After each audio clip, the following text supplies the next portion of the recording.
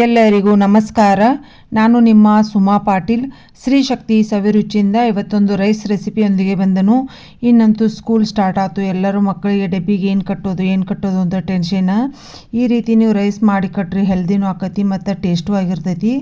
ಇದಕ್ಕೆ ನಾನು ರೈಸ್ ಮಾಡ್ಕೊಳಕ್ಕೆ ಒಂದಿಷ್ಟು ವೆಜಿಟೇಬಲ್ಗಳು, ಬಟಾಟಿ, ಗಜ್ರಿ, ಉಳ್ಳಾಗಡ್ಡಿ, ಒಂದು ಸ್ವಲ್ಪ ಅಲ್ಲ, ಬೆಳ್ಳುಳ್ಳಿ, ಒಂದು ಮೆಣಸಿನ್ಕಾಯಿ ಮತ್ತು ಒಂದು ಸ್ವಲ್ಪ ಸಾಂಬಾರು ಪೌಡ್ರ್, ನಾನು ಮನೇಲಿ ಮಾಡಿರ್ತಾನಲ್ಲ ಸಾಂಬಾರು ಪೌಡ್ರ್, ಅದನ್ನು ಮತ್ತು ಟೊಮೆಟೊ ಹಣ್ಣು, ಸಾಸಿವೆ, ಜೀರಿಗೆ, ಅರಿಶಿನ, ಹಿಂಗ, ಈ ರೀತಿ ಇಷ್ಟೆಲ್ಲ ಒಗ್ಗರಣೆ ಜೋಡ್ನಿ ತೊಗೊಂಡು ಮಾಡಿಟ್ಕೋಬೇಕು. ಒಂದು ಸ್ವಲ್ಪ ರೈಸ್ ಮಾಡಿದ್ದು ನೀವು ಯಾವುದು ಇರ್ತದಲ್ಲ ಅದನ್ನು ನಡಿತೈತಿ.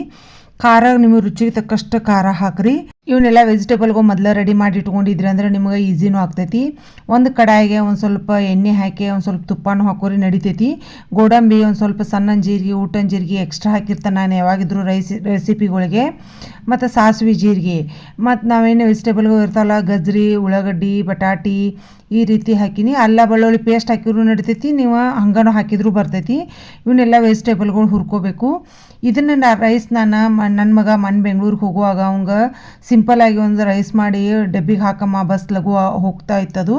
ಅದಕ್ಕೆ ಲೇಟ್ ಆಗ್ತೈತಿ, ನಂಗೆ ಒಂದು ಸ್ವಲ್ಪ ಸಿಂಪಲ್ಲಾಗಿ ಏನಾರು ರೈಸ್ ಐಟಮ್ಸ್ ಮಾಡು ಅಂತಂದಿದ್ದವ. ಪುಳಿಯೋಗರೆ, ಮೊಸರನ್ನ ಆಲ್ರೆಡಿ ನಾನು ಜೀರಾ ರೈಸ ಮಾಡಿ ಹಾಕಿದ್ನಿ. ಇದನ್ನು ನೋಡೋನು, ಟ್ರೈ ಮಾಡೋನು ಅಂತ ಕಾಸು ನಾನು ಇದನ್ನು ರೈಸ್ ಟ್ರೈ ಮಾಡೀನಿ. ಭಾಳ ಚಲೋ ಆಗಿತ್ತು, ಸೂಪರ್ ಆಗಿತ್ತು. ಅದಕ್ಕೋಸ್ಕರ ನಿಮ್ಮ ಮುಂದೆ ಎಲ್ಲರೂ ಮುಂದೆ ಹಂಚ್ಕೊಳತ್ತನು. ಸಾಂಬಾರು ಪೌಡ್ರ್ ರೆಸಿಪಿ ನಾನು ಆಲ್ರೆಡಿ ಮೊದಲಿಗೆ ಮಾಡಿ ಹಾಕಿದನು. ನಿಮಗೆ ಬೇಕಂದ್ರೆ ಹಿಂದಿನ ವೀಡಿಯೋದೊಳಗೆ ತೆಗೆದು ನೋಡ್ರಿ, ರೆಸಿಪಿ ಮಾತ್ರ ಸೂಪರ್ ಆಗಿರ್ತೈತಿ.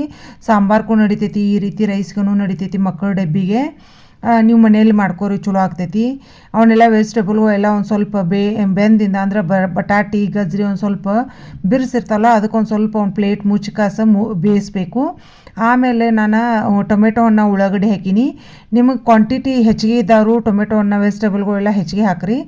ಇಲ್ಪ ನಮ್ದೊಂದು ಸ್ವಲ್ಪ ಕ್ವಾಂಟಿಟಿ ಐತಂದ್ರೆ ಒಂದೊಂದು ಹಾಕ್ರಿ, ಪರವಾಗಿಲ್ಲ, ನಡಿತೈತಿ. ಈ ರೀತಿ ಅವನ್ನೆಲ್ಲ ವೆಜಿಟೇಬಲ್ಗೂ ಕರದಿಂದ ಒಂದು ಸ್ವಲ್ಪ ಅರಿಶಿನ, ಹಿಂಗ ಹಾಕಿ ನಾನು ಅದನ್ನು ಸಾಂಬಾರು ಪೌಡ್ರ್ ಇರ್ತೈತಲ್ಲ, 1.5 ಚಮಚದಷ್ಟು ತೊಗೊಂಡನು. ಅದನ್ನು ಹಾಕಿ ಒಂದು ಸ್ವಲ್ಪ ಅದೆಲ್ಲ ಕುಡ್ಕೊಳ್ಳೋ ಮಟ್ಟ ಅಂತ ಕಾಸ ಒಂದು ಅರ್ಧ ಲೋಟದಷ್ಟು ನೀರು ಹಾಕಿದನು. ನೀವು ಅಂದ್ರೆ ಅವೆಲ್ಲ ಬೇಯಬೇಕು, ಬಟಾಟಿ, ಉಳ್ಳಾಗಡ್ಡಿ, ಇಲ್ದ್ರೆ ಕಚ್ಚಕ್ಕೆ ಚಲೋ ಆಗಂಗಿಲ್ಲ. ಅದಕ್ಕೋಸ್ಕರ ಅವನ್ನೆಲ್ಲ ಬೇಯ್ಸಕ್ಕೆ ಹಾಕಿ ಮತ್ತು ನಾ ರೈಸ್ಗೆ ಸಾಲ್ಟ್ ಹಾಕಿರಂಗಿಲ್ಲ. ಆಮೇಲೆ ಲಾಸ್ಟಿಗೆ ಅಚ್ಚ ಖಾರದ ಪುಡಿ, ಒಂದು ಸ್ವಲ್ಪ ರುಚಿಗೆ ತಕ್ಕಷ್ಟು ಉಪ್ಪು ಹಾಕಿ ಮತ್ತು ರೈಸ್ ಏನು ಉದುರ್ಗ ಮಾಡಿಟ್ಕೊಂಡಿರ್ತಲ್ಲ ಅದನ್ನು ಹಾಕಿ ಕಲಿಸಿದ್ರೆ ನಿಮಗೆ ಸಾಂಬಾರು ಪೌಡ್ರ್ ರೈಸ್ ರೆಡಿ ಆಯಿತು. ಮಕ್ಕಳ ಡಬ್ಬಿಗೆ ಆಗಲಿ, ಮತ್ತು ಈಗ ಎಲ್ಲರೂ ಟಿಫಿನ್, ಆಫೀಸ್ಗೆ ಟಿಫಿನ್ಗಾಗಲಿ, ಮತ್ತು ನಿಮಗೆ ಮಧ್ಯಾಹ್ನ ವೈಟ್ ರೈಸ್ ಉಂಡ್ರೆ ಬೇಜಾರಾಗಿರ್ತೈತಲ್ಲ, ಈ ರೀತಿ ರೈಸ್ ನೀವು ಮಾಡ್ಕೊರಿ, ಭಾಳ ರುಚಿಯಾಗಿರ್ತೈತಿ. ನಾನು ಮಾತ್ರ 2-3 ಸಲ ಮಾಡೀನಿ, ಟೇಸ್ಟ್ ಮಾತ್ರ ಸೂಪರಾಗಿರ್ತೈತಿ. ಸಿಂಪಲ್ಲಾಗಿ ಮತ್ತು ನೀವು ಮನೆಯಲ್ಲಿ ಮಕ್ಕಳಿಗೆ ಎಲ್ಲರೂ ಇಷ್ಟಪಡ್ತಾರೋ. ನನ್ನ ಈ ರೈಸ್ ರೆಸಿಪಿ ನಿಮ್ಗೆ ಮಾಡಿದ್ದಿಂದ ನಿಮ್ಗೆ ಹೆಂಗೆ ಬಂದಂತೆ ಕಮೆಂಟ್ಸ್ ಮೂಲಕ ನನಗೆ ಅನಿಸಿಕೆಗಳು ತಿಳಿಸ್ರಿ. ನನ್ನೆಲ್ಲ ಅಡುಗೆ ವಿಡಿಯೋಗಳು, ಪೂಜಾ ವಿಡಿಯೋಗಳು ಎಲ್ಲರೂ ಇಷ್ಟಪಡತ್ತೀರಿ, ಲೈಕ್ ಮಾಡತ್ತೀರಿ, ಶೇರ್ ಮಾಡತ್ತೀರಿ, ಕಮೆಂಟ್ಸ್ ಮೂಲಕ ನಿಮ್ಮ ಅನಿಸಿಕೆಗಳನ್ನು ತಿಳಿಸತ್ತೀರಿ.